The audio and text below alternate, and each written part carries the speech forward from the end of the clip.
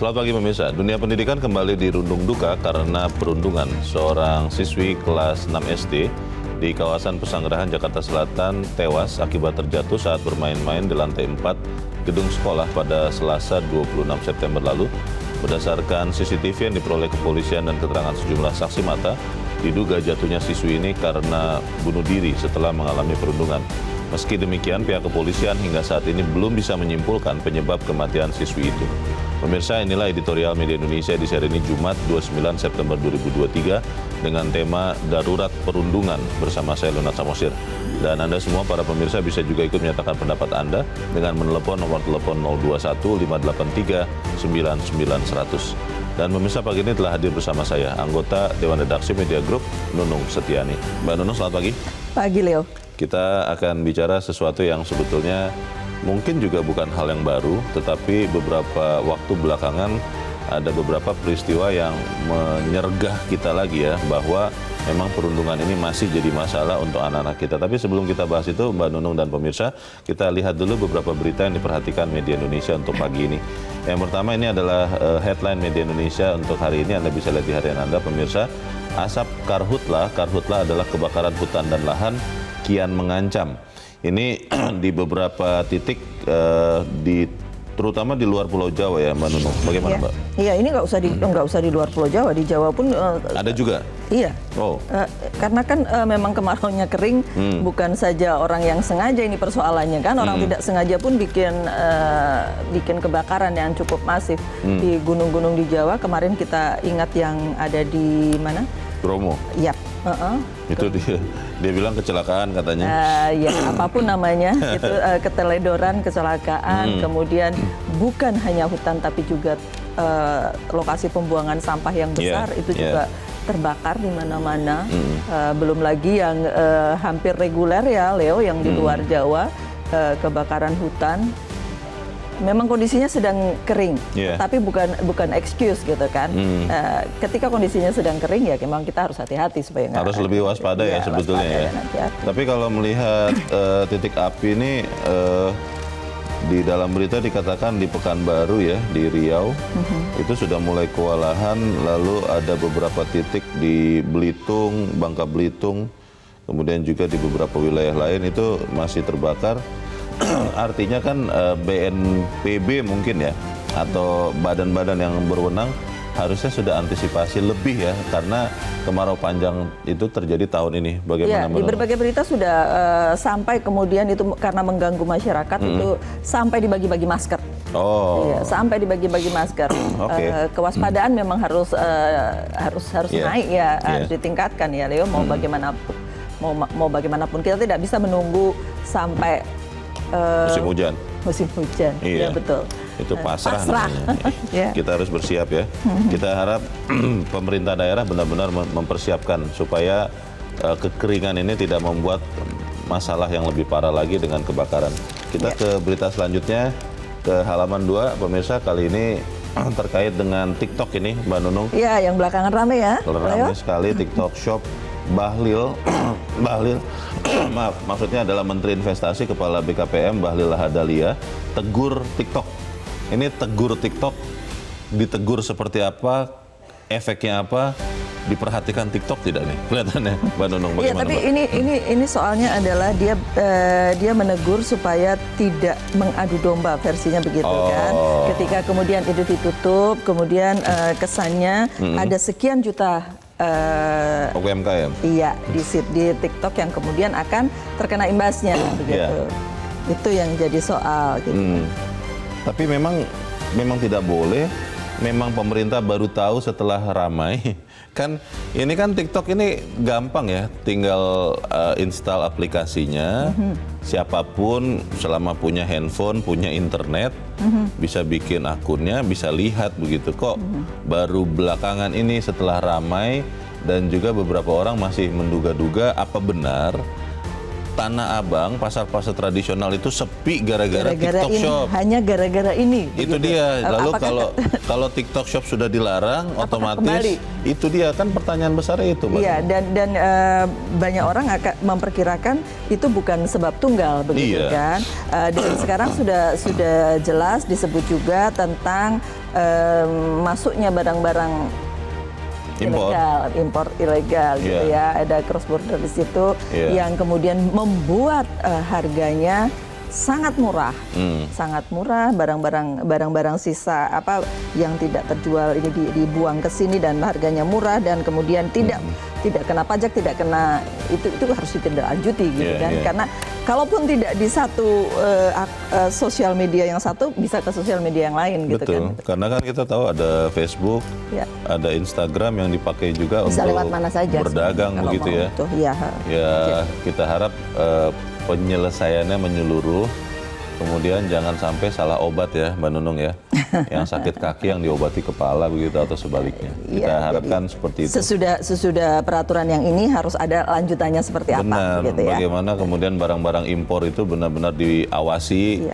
Kalau memang harganya luar biasa murah, tidak masuk akal, ya diaturlah supaya tidak masuk ke Indonesia.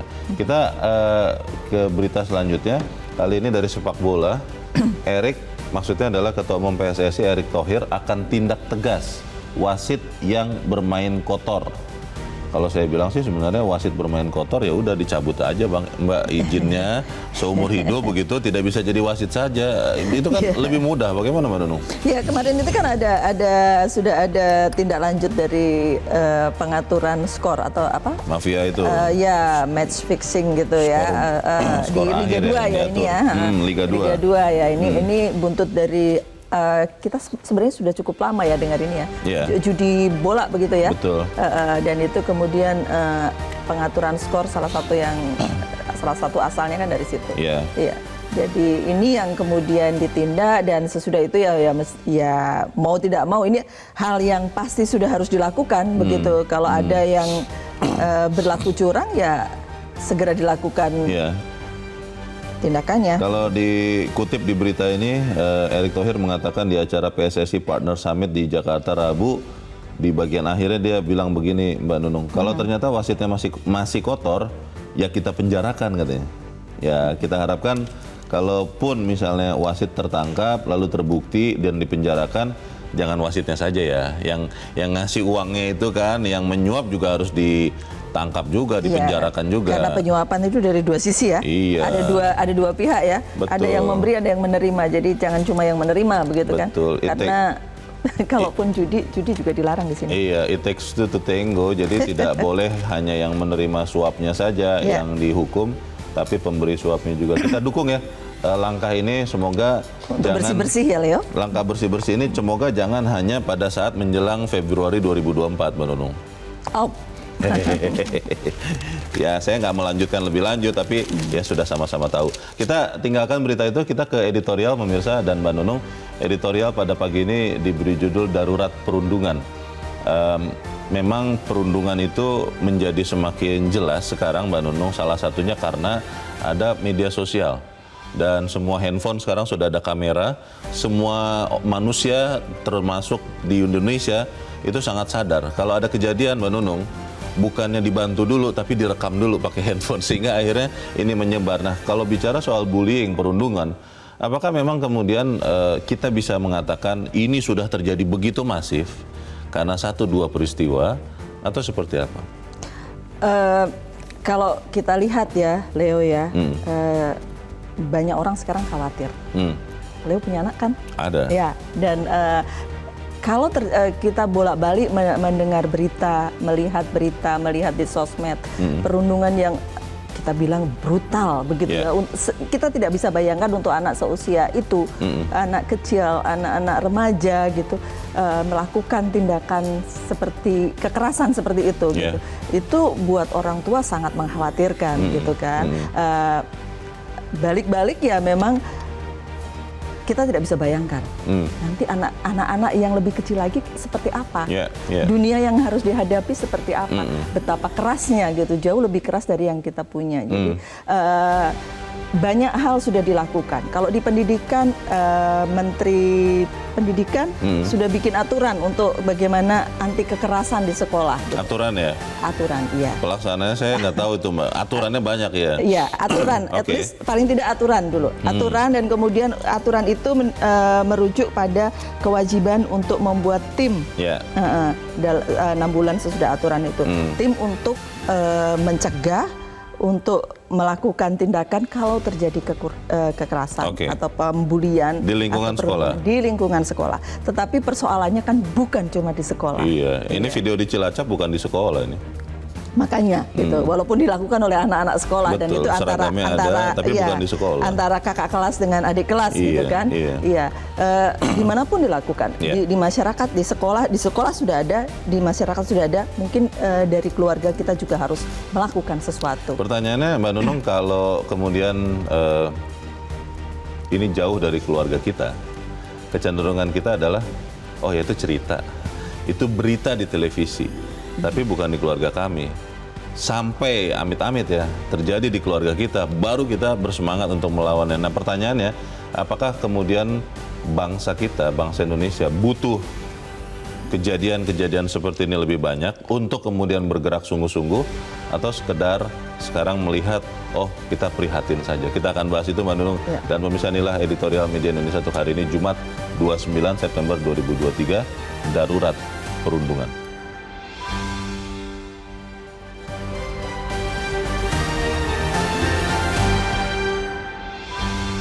Darurat Perundungan.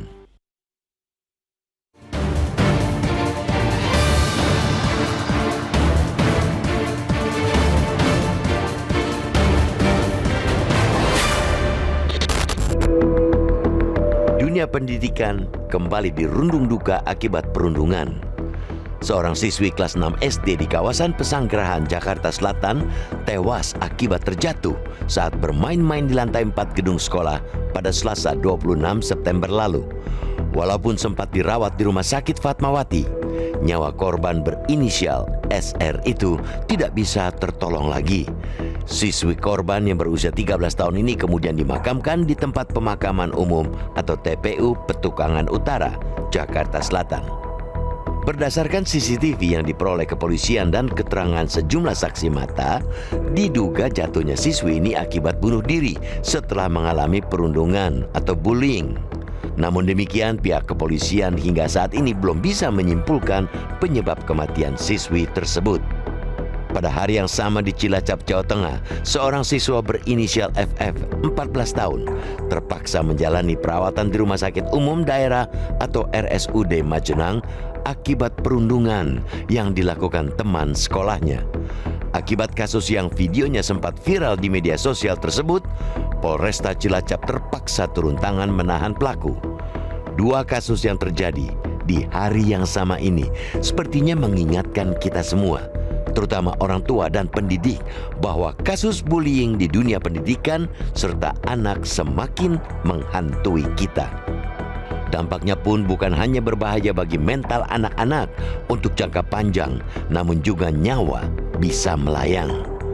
Berdasarkan data yang dirilis Komisi Perlindungan Anak Indonesia atau KPAI, hingga 31 Maret 2023, lembaga tersebut sudah menerima 64 aduan dengan rincian kekerasan terhadap anak pada satuan pendidikan. Sementara pada tahun sebelumnya, KPAI mencatat kasus bullying dengan kekerasan fisik dan mental yang terjadi di lingkungan sekolah sebanyak 226 kasus, termasuk 18 kasus bullying di dunia maya.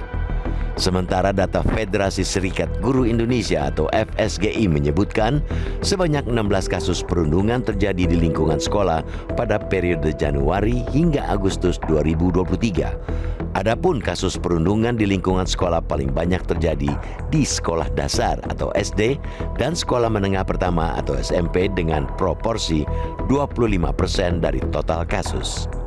Data itu tentu belum mencerminkan realitas sesungguhnya, mengingat kemungkinan besar banyak kasus yang terjadi di dunia pendidikan namun tidak dilaporkan ke KPAI. Atau bisa jadi karena kasusnya tidak mencuat di media massa. Kondisi ini sesungguhnya memperlihatkan lembaga pendidikan formal di Indonesia sejak lama tidak kondusif untuk berlangsungnya pendidikan dan pengajaran. Karena itu, masyarakat perlu mendesak pemerintah untuk membuat aturan yang mewajibkan sekolah lembaga pendidikan terkait lebih bertanggung jawab memperbaiki iklim proses belajar mengajar di sekolah, termasuk berusaha mencegah terjadinya bullying di sekolah. Kementerian Pemberdayaan Perempuan dan Perlindungan Anak atau P3A diharapkan bisa terlibat aktif melakukan pendampingan satuan pendidikan dalam kegiatan sosialisasi perlindungan anak, pelatihan pendidikan ramah anak, rehabilitasi sosial, hingga pendampingan hukum apabila dibutuhkan. Sedangkan Kementerian Pendidikan dan Kebudayaan atau Kemendikbud dan Kementerian Agama yang terlibat langsung dalam menangani pendidikan diharapkan bisa lebih aktif mengakhiri 3 dosa besar pendidikan, yakni perundungan, kekerasan seksual, dan intoleransi. Kita tentu tidak ingin anak-anak kita menjadi sosok buas seperti Mario Dandi yang dengan entengnya menginjak-injak dan menendang kepala David Ozora. Namun kita juga tidak ingin melihat anak-anak Indonesia terganggu mentalnya serta terancam nyawanya akibat perlindungan ini. Maraknya kasus perundungan yang dilakukan sesama pelajar perlu kajian yang mendalam. Kenapa hal itu bisa terjadi? Pembentukan karakter pelajar yang bermental baik seperti sopan santun, toleransi, suka menolong, gotong royong, integritas, mandiri dan demokratis tak hanya di sekolah, tapi juga di rumah dan lingkungan sosial atau pergaulan. Selamatkan anak-anak Indonesia.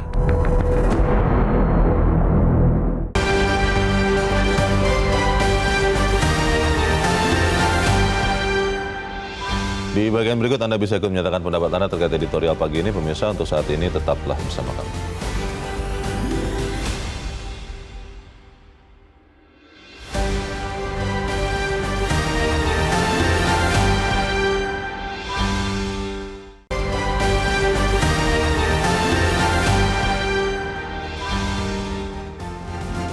Terima kasih pemirsa, Anda masih bersama kami di Editorial Media Indonesia. Mbak Nunung, kalau kita bicara soal perundungan, itu sering terjadi yang merundung juga adalah anak sebetulnya. Meskipun di kasus di Cilacap itu kakak kelas begitu ya. Tetap saja anak. Tetap gitu juga kan? anak. Ya. Dan pertanyaannya adalah kemudian apakah memang tanggung jawab terhadap pencegahan perundungan di sekolah itu hanya jatuh kepada pihak sekolah. Saya baca di pemberitaan ada pejabat Gubernur DKI Jakarta Heru Budi Hartono yang meminta para kepala suku dinas pendidikan untuk memantau langsung kondisi sekolah di Jakarta dan mengatakan bahwa kalau ada perundungan itu adalah tanggung jawab kepala sekolah. Pertanyaannya adalah apakah memang itu murni tanggung jawab pihak pendidik saja atau memang orang tua pun itu punya tanggung jawab yang sama atau bahkan masyarakat di sekitar kejadian. Kalau misalnya seperti di video di Cilacap itu kan kalau ada orang yang tahu dan dia diam saja kan harusnya dia bersalah juga. Bagaimana harusnya sebetulnya? bersalah. Kalau di Undang-Undang Perlindungan Anak, seingat saya itu memang tidak boleh membiarkan. Yeah. Dilarang untuk membiarkan, begitu kan? Dilarang untuk membiarkan terjadinya Perundungan, kekerasan pada meskipun anak. itu bukan anak kita. Meskipun itu bukan anak kita, karena itu tanggung jawabnya masyarakat, ada pemerintah daerah, bahwa kemudian di kasus ini kalau PJ Gubernur DKI mengatakan ya itu di bawah wewenang dia soalnya kan, gitu kan. Ketika pendidikan dasar menengah itu ada di bawah pemerintahan daerah. Jadi mau tidak mau dia harus jelaskan bahwa seperti tadi saya katakan ada peraturan Menteri Pendidikan yang menyebutkan bahwa sekolah memang harus punya itu tim untuk mencegah perundungan. Mbak Nunung, sebelum kita lanjutkan kita mau coba bertanya juga. Kita saat ini sudah tersambung lewat saluran telepon dengan Direktur Eksekutif Yayasan Sukma, Ahmad Baidowi. Pak Baidowi, selamat pagi. Halo, selamat pagi Leonard. Selamat pagi. Ya. Selamat pagi, Pak. Pak Baidowi, sekian kalinya kasus perundungan terjadi dan itu memang yang melakukan kalau di Cilacap ini adalah kakak kelas kepada adik kelasnya. Tapi kalau melihat video yang beredar di media sosial itu, Pak, itu kelihatannya tidak terjadi di lingkungan sekolah pada saat penganiayaan itu. Nah, pertanyaannya adalah di mana batasan sekolah bertanggung jawab di mana batasan masyarakat bertanggung jawab dan terutama orang tua dari anak-anak ini, Pak Baidowi? Nah, perspektifnya itu bukan soal batasan ya, tapi soal kebersamaan. Jadi tanggung jawab itu sebetulnya tanggung jawab tripartit gitulah kira-kira. Ada orang tua, ada pemerintah daerah, ada manajemen sekolah. Dan saya kira semuanya harus saling baik komunikasinya. Sama-sama ya? Harus sama-sama. Jadi nggak kalau dipisah-pisahkan gitu nanti saling menyalahkan gitu kan. Itu secara psikologis sudah salah itu pembedaan itu, ya kan. Nah, agar tidak terjadi apapun gitu, maka proses komunikasi antara sekolah dengan orang tua itu harus terjalin secara intens gitu. Nah, pertanyaannya, punya program nggak pemerintah untuk melakukan itu? Kira-kira begitu ya. Pertanyaan saya itu tadi saya lontarkan ke Pak Baidowi karena sering terjadi, Pak. Ketika orang tua mengirimkan anak bersekolah, banyak yang mungkin tidak mau mengaku terbuka, tapi dalam pikirannya meyakini bahwa ketika anak ada di sekolah, itu sudah bukan tanggung jawab saya, tanggung jawab sekolah dong, kan sekolahnya juga kami bayar begitu kan, guru-gurunya. Nah itu pasti ada banyak di benak orang tua kan, Pak Baidowi? Itulah salahnya, kita ini 75 tahun merdeka itu, 78 bahkan ya udah merdeka itu. Coba dicek di Kementerian Pendidikan dan Kebudayaan. Itu hampir tidak ada anggaran budget yang secara sengaja untuk mendewasakan orang tua. Parenting education itu nggak pernah dilakukan. Seakan-akan orang tua ini hal yang terpisah, itu yang saya tadi sebutkan itu loh. Padahal seharusnya inisiatif itu timbal balik. Orang tua juga melakukan inisiatif terhadap sekolah, bagaimana seharusnya mereka berkomunikasi. Sekolah juga harus melakukan itu. Nah, parenting education itu berlaku dua arah. Dan ini bisa didesain dari sekolah. Misalnya sekolah Sukma itu, kita tidak memanggil orang tua itu setiap 6 bulan ketika anak menerima rapot. Tapi setiap bulan sekali. Kita ajak komunikasi secara intens. Harusnya begitu kan. Dan lebih intens ya? Dan lain sebagainya. Nah ini yang menurut saya desainnya tidak ada gitu loh. Pak Baidowi, ini memang kalau di dalam editorial ada 2 kasus. Yang pertama jelas-jelas ya, karena ada videonya juga di Cilacap, itu jelas itu adalah penganiayaan, perundungan. Tapi yang di Jakarta kan kita masih menunggu penyelidikan kepolisian apakah benar perundungan atau tidak. Pertanyaannya Pak, ketika ada perundungan yang terjadi, kita ambil contoh yang di Cilacap misalnya Pak Baidowi, itu yang miss itu yang mana ya? Orang tua si pelaku kah? Atau pihak sekolah, atau yang mana ini Pak? Nah, saya kira kita harus kembalikan kepada habitat sekolah. Sekolah itu sebetulnya harus punya mekanisme bagaimana menengarai dan menanggulangi dan melakukan tata kelola emosi anak, ya kan? Dan emosi guru. Kalau di sekolah Sukma itu kita punya modul yang disebut dengan MKBS, Manajemen Konflik Berbasis Sekolah. Nah, sayangnya setiap sekolah nggak punya modul seperti ini itu. gitu. Ya, karena apa? Modul manajemen manajemen konflik berbasis sekolah itu didesain berdasarkan struktur yang ada di sekolah. Semua orang itu semacam membuat drainase emosi dari satu level ke level lainnya, sehingga setiap peristiwa sekecil apapun sebelum terjadi membesar itu sudah bisa dideteksi, seharusnya begitu. Nah ini Pak perlunya Baidowi, komunikasi antara siswa dengan dengan guru dan lain sebagainya, kira-kira begitu. Pak Baidowi, saya tidak ingin memperbesar masalah, tapi juga tidak ingin mengecilkannya. Kalau menurut Anda, apakah memang kasus penganiayaan David Ozora oleh Mario Dandi yang terekspos begitu luas oleh media massa, media sosial juga, itu berdampak juga misalnya menimbulkan inspirasi kepada perundung-perundung untuk melakukan hal serupa, atau seperti apa menurut Anda Pak Baidowi? Ya bisa jadi di era medsos seperti ini kan orang melihat itu kan bisa menjadi sumber inspirasi. Tapi lagi-lagi saya katakan kita selalu berpikirnya itu setelah ada insiden gitu loh. Tapi hal-hal rutin yang harusnya dilakukan oleh sekolah itu bagaimana mengerem emosi anak itu melalui sebuah struktur pembelajaran yang dinamis, melalui manajemen tata kelola konflik dan lain sebagainya, itu tidak dilakukan. Itu satu. Yang kedua, jangan-jangan orientasi guru dan pendidik itu juga tidak fokus kepada anak. Kenapa saya bisa mengatakan begini? Nah, jangan-jangan yang mereka pikirkan itu soal salary, soal tunjangan, soal gaji, sehingga fokus ke anak itu menjadi menurun gitu kan. Nah, jadi ini berkurang. riset-riset soal itu banyak loh. Buktinya banyak sekali gitu loh. Baik. Jadi Terakhir Pak Baidowi, untuk mencegah Pak perundungan terjadi lagi, siapa yang harus jadi komandan, Pak? Saya kira kalau di sekolah ya kepala sekolah. Ya kan?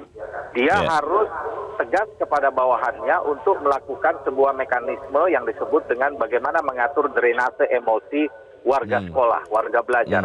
Baik orang tua, anak, siswa, guru. Nah, ini harus dilatihkan. Gitu kan? Bagaimana suasana kelas yang damai itu harus dilatihkan. Anak-anak mengenal konflik itu secara awal. Jadi konflik itu bukan untuk dihindari, tetapi diajarkan secara baik. Dan ini bisa diintegrasikan ke dalam semua bentuk kurikuler yang ada itu di semua subjek dan bidang ajar yang diajarkan kepada anak-anak. Cuma kita kurang kreatif saja, kadang-kadang tidak melakukan itu. Gitu, saya kira gitu. Baik.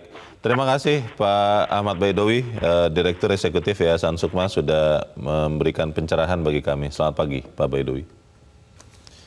Mbak Nunung, kembali pertanyaannya Mbak, ketika anak dipercayakan orang tua ke sekolah, betul sih selama sekian jam itu menjadi tanggung jawab guru pihak sekolah. Tetapi kan menuju sekolah, dari sekolah, setelah sekolah sampai di rumah, itu kan jauh lebih banyak jam waktu bersama orang tua. Nah pertanyaannya, melihat dari satu kasus di Cilacap, itu yang miss itu di mana kalau menurut Mbak Nunung? Leo, saya percaya bahwa anak-anak itu belajar dari meniru, dari melihat. Jadi kalau tadi Leo bertanya soal yang beredar, video yang beredar kekerasan di media sosial. Saya khawatirnya begini Leo, kalau setiap kali anak-anak itu bisa melihat kekerasan di sosmed di mana-mana, dia akan merasa itu sesuatu yang biasa. Jadi terbiasa mau Leo kemudian jelaskan, itu tidak boleh, itu tidak ini, tetapi dia lihat tiap hari dan itu ada di mana-mana, jadi biasa kan. Sama seperti ketika, saya juga tidak bermaksud mengecilkan persoalan ya, tapi mari mulai dari hal-hal kecil. Sama seperti ketika di sosmed, atau di mana, atau di media dimanapun, dia bisa lihat bahwa orang bisa memaki-maki orang lain dengan gampang. Orang bisa menggunakan kata-kata keras, kata-kata makian, kata-kata kotor, apapun itu. Terus-menerus dia lihat, terus-menerus dia dengar, dia akan merasa itu sesuatu yang biasa. Mau kemudian di sekolah dijelaskan bahwa itu tidak boleh, itu tidak sopan, tapi tiap hari dia melihat itu. Hasilnya adalah dia akan terbiasa. Itu yang kemudian saya berpikir mulainya dari semua orang, dari kita bahkan gitu. Bahkan dari mereka yang belum punya anak sekalipun gitu kan. Jadi kalau kita care dengan masa depan bangsa, masa depan generasi muda kita, ya kita harus memulai dari diri kita. Kalau kita belajar dari satu kasus atau bisa jadi dua kasus dengan yang di Jakarta, itu apakah benar yang disinyalir Pak Baidowi tadi, Mbak Nunung, bahwa jangan-jangan ada hal lain yang dipikirkan sekolah, dipikirkan guru, sehingga fokus kepada anak itu berkurang? Saya berpikir begini, apakah mungkin jumlah gurunya memang kurang dengan anak didiknya sehingga tidak bisa terawasi semua? Atau jangan-jangan karena banyak tugas-tugas guru, termasuk memahami kurikulum merdeka, ini kata guru ya Mbak Nunung ya, yang mengejar target kurikulum supaya bisa diajarkan, akhirnya tidak lagi memperhatikan siswa, atau yang mana nih kelihatannya? Ada, jadi ketika terjadi, anak saya pernah terjadi keributan di kelas, kemudian dipanggil oleh guru. Salah satu yang dilakukan gurunya adalah kemudian ketika sudah menambahkan anak itu, dia berkata bahwa, ini gurunya yang bilang, dia minta maaf karena kemudian tidak bisa mengawasi seluruh siswa. Kebetulan pada saat itu lebih dari 30 anak di kelasnya. Gitu. Dan rasanya itu terjadi di siang hari dan mungkin dia sudah capek, sudah lelah. Bisa jadi kejadian. Artinya tidak setiap kali kita berharap pendidik akan fokus gitu untuk kemudian ke anak-anak gitu. Apalagi kalau muridnya banyak, apalagi kalau ditambah beban macam-macam gitu kan. Jumlah guru kurang, saya yakin memang jumlah guru bisa jadi kurang gitu kan. Kalau tidak akan ada tuh guru honorer dan guru sebagainya gitu kan.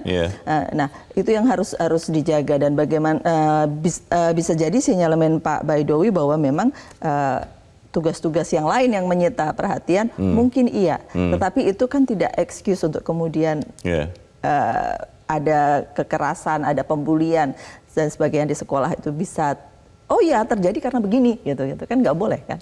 Kalau begitu saya berpikir ini kelihatannya memang kembali lagi ke nature atau kodrat orang tua ya Mbak Nunung, bahwa ketika setiap orang tua kan awalnya pasti minta dikaruniai anak.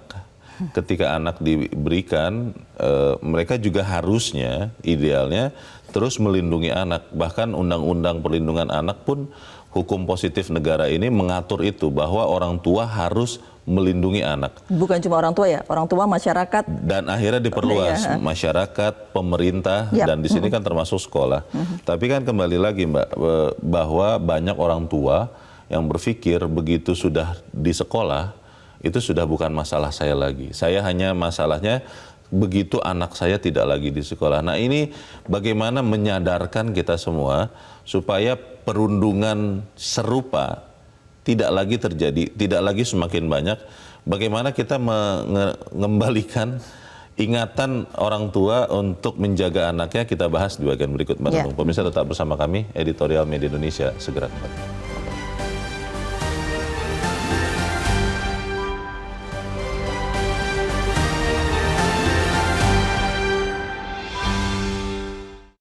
Terima kasih pemirsa, Anda masih bersama kami di Editorial Media Indonesia, dan sekarang waktunya kita Mbak Nunung untuk mendengarkan juga pendapat dari pemirsa Metro TV. Saat ini kita sudah terhubung dengan pemirsa Metro TV di Pontianak, Kalimantan Barat. Ada Ibu Agustina. Bu Agustina, selamat pagi.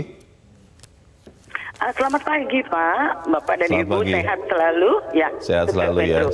Bagaimana Bu, pendapat Ibu, silakan Bu. Iya, baik. Judul hari ini mengangkat darurat perundungan ya Pak. Itu memang sudah menjadi, kalau menurut saya dengan kejadian Cilacap yang belakangan ini, dan waktu itu ada itu ya Mario Dandi sama David itu itu sudah PR yang menurut saya tidak boleh tidak untuk menjadi concern bagi seluruh masyarakat ya, terutama Indonesia, karena memang kita tahu sekolah adalah lokal mulia untuk kita mendidik generasi bangsa, yang mana ke depan ini bangsa tanggung jawab generasi sekarang ya, kita sudah nanti akan menjadi tua. Bapak Ibu, ini sekarang kalau kita lihat ya, anak-anak ini ya kalau dibilang bisa ada dampak medsos atau apa, ini adalah peran daripada orang tua dan guru. Di setiap sekolah, saya melihat ada, semua sekolah pemerintah sudah menggiring ya, mengarahkan bahwa setiap sekolah itu ada komite sekolah. Ingat, komite sekolah berperan aktif. Di sana komite sekolah adalah peran strategis ya, yang membantu kemajuan setiap sekolah di mana dia berada. Itu penting. Sekolah penggerak, kita lihat. Sekarang sekolah penggerak itu kan memang sudah berapa? 2 tahun lebih yang lalu ya. Kebetulan saya pernah menjadi ketua komite di SMA Negeri 1 Pontianak. Itu duta anti bullying itu diambil dari sekolah penggerak. Nah, jadi anak-anak dari sana itu tidak stagnan pada waktu itu mendapat pembekalan. Sekarang pemerintah, khususnya Dikbud ya, itu mengontrol sejauh mana dulu. Itu kan biayanya besar. Membentuk begitu-begitu semua biaya negara loh. Nah, sekarang ke depannya ini para duta ini meneruskan nggak untuk membuat duta-duta selanjutnya. Jadi karakter building adalah PR besar. Sampai kapanpun, tanpa harus ada permasalahan ini, itu sudah menjadi concern bagi orang tua dan guru. Ya, membuat sinergitas, menjaga anak-anaknya, baik dari dampak-dampak negatif dari mana saja. Jadi itu semua menjadi concern, sehingga Orang kalau tua dan itu guru, dilakukan Pak, insya Allah Indonesia akan tetap bisa meredam kayak gini ya. Baik, Saya rasa baik. ini ya Itu semua komite kuncinya. sekolah saya Oke. saya support Baik. buat Terima menjadi kasih. apa ya tomat Ya, Bu. di depan sekolah-sekolahnya. Baik, Ya. terima kasih Ibu Agustina di Pontianak, Kalimantan Barat untuk pendapat Anda. Selamat pagi. Di belakang Ibu Agustina ada Pak Munif di Sidoarjo, Jawa Timur. Pak Munif, selamat pagi. Pagi, Pak. Selamat pagi Pak Munif. Bagaimana Pak pendapat Anda Pak? Selamat Silakan Pak. pagi. Iya. Oke. Assalamualaikum warahmatullahi wabarakatuh. Waalaikumsalam warahmatullahi wabarakatuh. Pemirsa, pagi, Pak. Ya, silakan Pak Munif. Silakan langsung Pak pendapat Anda Pak. Oke, pendapat saya mengenai pendidikan. Awal dari tahun ajaran baru itu wali murid sudah dikumpulkan oleh Iya. pihak sekolah maupun komite. Iya. Nah, yang di sana, yang dibicarakan pokok itu sekolah malah memberikan program perbaikan sekolah. Sehingga wali murid itu ujung-ujungnya dimintai biaya untuk renovasi sekolah. Oke. Nah, heran saya mestinya gitu ya. Pada saat awal wali murid dikumpulkan itu pihak sekolah menekankan aturan Iya. tegas yang berada di sekolah ini. Iya, iya. Nah, sehingga wali murid tahu, oh nek anakku koyok ngene, sanksine koyok ngene. Iya. Gitu iya. ya. Nah, itu pun aturan itu pun harus juga disosialisasikan kepada anak-anak dan semua guru yang terlibat di dalamnya, Iya. termasuk guru BP. Iya, Makanya guru BP itu harus dibekali juga dengan ilmu hukum. Kalau melakukan kejahatan seperti ini, sanksi hukumnya seperti ini. Iya. Gitu Iya. ya. Itu Iya. kalau di sekolahan. Dan anak di sekolahan itu tidak semuanya anak jelek. Anak Iya. yang perilakunya menyimpang enggak. Ya, Iya. itu bisa Iya. dideteksi oleh sekolahan jika memang sekolahan itu benar-benar ingin mendidik daripada anak yang dititipkan di sekolahan itu. Oke. Satu ya, itu yang di lingkungan sekolah. Baik. Kemudian di luar lingkungan sekolah, ini wali murid harus teliti. Anak Iya. saya ini gaul dengan siapa? Iya, Salah iya.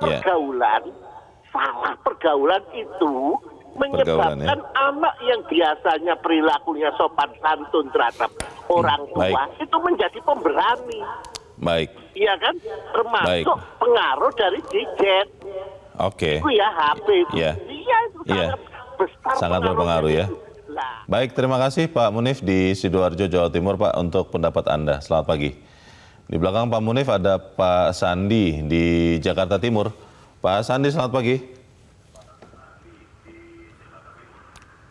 Pak Sandi di Jakarta Timur. Selamat pagi Pak. Silakan Pak pendapat Anda Pak. Ya, selamat pagi. Silakan Pak. Sebenarnya persoalan perundungan ini kompleks Pak. Tapi saya mungkin melihat dari sisi pertama soal guru. Ya. Nah, guru sekarang Pak tidak lagi diposisikan sebagai pendidik, dia hanya mengajar. Nah, saya sering komunikasi dengan guru, ada guru SD, guru SMP, guru SMA. Mereka mengatakan kami sekarang tidak bisa lagi berbuat apa-apa karena kami dihadapkan ada dua, hukum dan keluarga. Nah, poin saya mestinya disiplin itu diterapkan. Guru diberikan otoritas untuk menegakkan disiplin. Bagi anak-anak yang terindikasi, apalagi memang sudah nyata-nyata, mereka tidak disiplin, harus dihukum. Nah, tetapi saya kira memang perlu ada pengaturan. Hukumannya tentu tidak dengan menghajar, memukul, menempeleng. Kalau saya dulu masih SD, masih SMP, bahkan SMA, Betul. disuruh berdiri satu kaki misalnya. Atau misalnya kalau panjang kuku, itu dipukul tangannya, mungkin tidak dipukul, dijewer kupingnya. Nah, yang kedua, saya kira memang faktor orang tua. Orang tua sekarang lost, tidak, kecenderungannya lepas. Sehingga anak-anak mencari jati dirinya di luar. lingkungan kita jujur aja, lingkungan kita kotor. Ya. Sehingga gampang mereka terkontaminasi. Jadi saya kira poinnya saya kembalikan ke guru. Berikan otoritas guru. Mereka tidak hanya mengajar tetapi mendidik dengan menegakkan disiplin secara konsisten dan bertanggung jawab. Ini poin saya, Pak. Baik, terima kasih Pak Sandi di Jakarta Timur untuk pendapat Anda. Selamat pagi, Pak.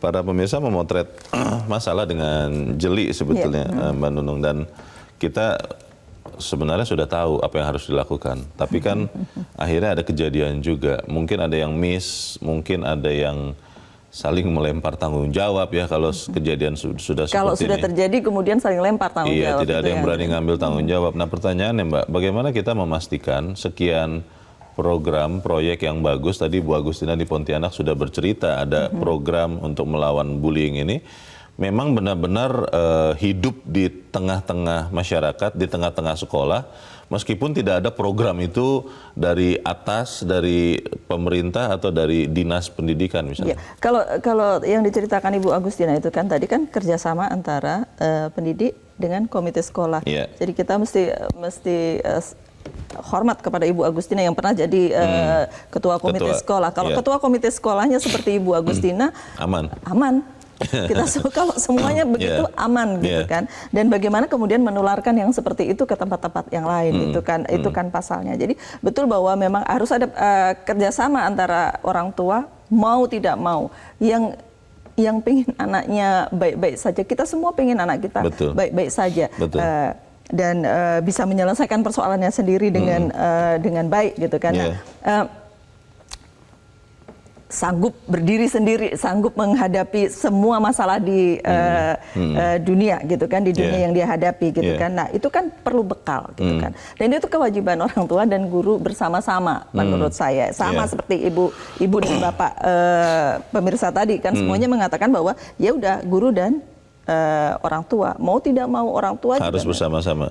Tadi Pak Sandi mengatakan di bagian akhir sekarang susah, temannya guru mengaku bahwa kami sekarang menghadapi dua hal katanya, soal hukum dan juga orang tua. Kalau mereka, maksudnya guru pendidik, ingin mendisiplinkan anak. Kan kalau zaman Mbak Nunung atau saya kecil sekolah, kita tuh tidak ada tuh yang berpikir untuk, wah saya viralkan nih, saya adukan ke pengacara atau orang tua datang begitu, bisa melakukan hal yang lebih mengerikan begitu. Nah, ini kan di zaman modern sekarang ini serba sulit nih. Bagaimana kemudian guru benar-benar bisa mendidik, Mbak Nunung? Iya, mendidik bukan berarti dalam posisi kekerasan juga gitu kan. Tentunya. Kalau anak menghadapi kekerasan akan melakukan kekerasan juga. Itu soal yang kita bicara soal meniru itu tadi. Jadi saya sih tidak yakin bahwa kemudian kalau dilakukan secara baik-baik, dididik secara aturan yang jelas dan benar gitu, itu akan menjadi viral dan menjadi bumerang buat pendidik gitu kan. Itu kan persoalannya gitu kan. Tetapi kerjasama antara orang tua yang mungkin diwakili komite sekolah dan juga orang tua murid dan kemudian pendidik itu penting memang. Bagaimana kita mengusulkan sesuatu yang konkret untuk memastikan perundungan ini tidak lagi terjadi, mungkin agak utopis, tapi kita boleh berharap. Kita bahas di bagian berikut. Mbak Nunung, pemirsa tetap bersama kami, Editorial Media Indonesia segera kembali.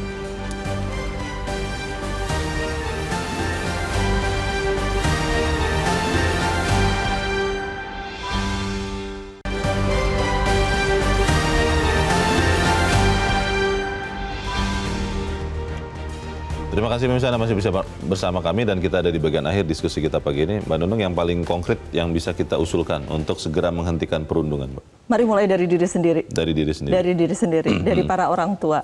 Iya, kita tidak bisa meminta mulai dari anak, bukan? Jadi mari mulai dari diri sendiri. Tidak ada ampun, gitu. Jangan melakukan kekerasan, jangan melakukan kekerasan di depan anak-anak, jangan bicara kasar di depan anak-anak. Anak tidak selalu harus dinasihati, diberikan contoh begitu kan, dan luangkan waktu untuk anak-anak kita. Kalau tablet, handphone, laptop, TV, internet yang begitu mudah masuk dan itu memberikan semua yang tadi Mbak Nunung katakan jangan kita berikan, itu gimana tuh, Mbak? masing-masing orang pasti punya caranya kan, masing-masing orang tua punya caranya untuk kemudian mencegah hal-hal buruk masuk ke diri anak kita gitu kan. Jadi ada banyak cara, ada nge-ban, ada cara membuat restriksi, ada kemudian memberikan waktu untuk mereka memegang gadget gitu kan, karena tidak memegang sama sekali sepanjang sekian tahun juga itu juga susah soal juga, tidak memberikan pendidikan juga buat anak-anak gitu kan. Jadi harus ada caranya. Kalau kita punya anak kita harus mulai dengan itu tanggung jawab, bukan tanggung jawab bahwa kita harus mendidik mereka. Pemerintah ke Kementerian Perlindungan Anak ini perlu segera bergerak atau memang tunggu kalau sampai amit-amit ya ada kasus serupa terjadi lagi, Mbak Nunung? Aturan dibuat dan itu rasanya harus dilakukan gitu, harus dilaksanakan. Itu kan persoalannya. Ketika aturannya banyak, regulasinya banyak, harus dibuat ini, ada lembaga itu, tetapi